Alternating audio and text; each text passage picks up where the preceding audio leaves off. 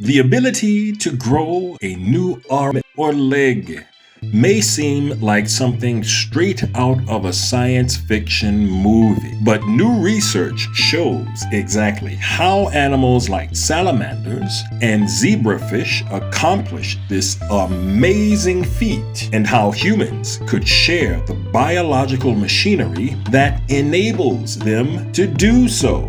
Scientists have long known about the regenerative capacity of some fish and amphibian species to restore a limb or fin they've lost to a hungry predator. They can regrow everything from bone to muscle to blood vessels with stem cells that form at the site of the injury. But how do they do it on a genetic level? That is still a mystery. To find out, the scientists amputated the limbs of two ray-finned fish, the zebrafish and the bihir, and also that of a salamander, the axolotl, all of which can regrow their legs and fins. Then they compared RNA where the limbs were amputated. They found 10 microRNAs. These are small pieces of RNA that regulate gene expression. These were the same in all three species.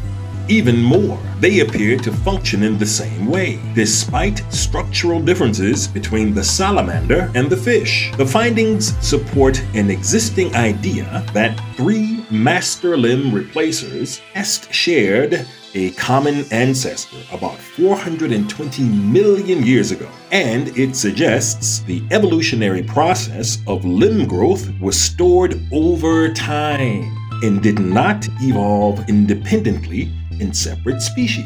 The researchers report today in Close 1. What does this mean for humans? If these microRNAs can be programmed to function as they do in salamanders and fish, humans could improve their ability to heal from serious injuries. But don't expect to get Wolverine-like powers just yet. Scientists say such modifications are still a long way off.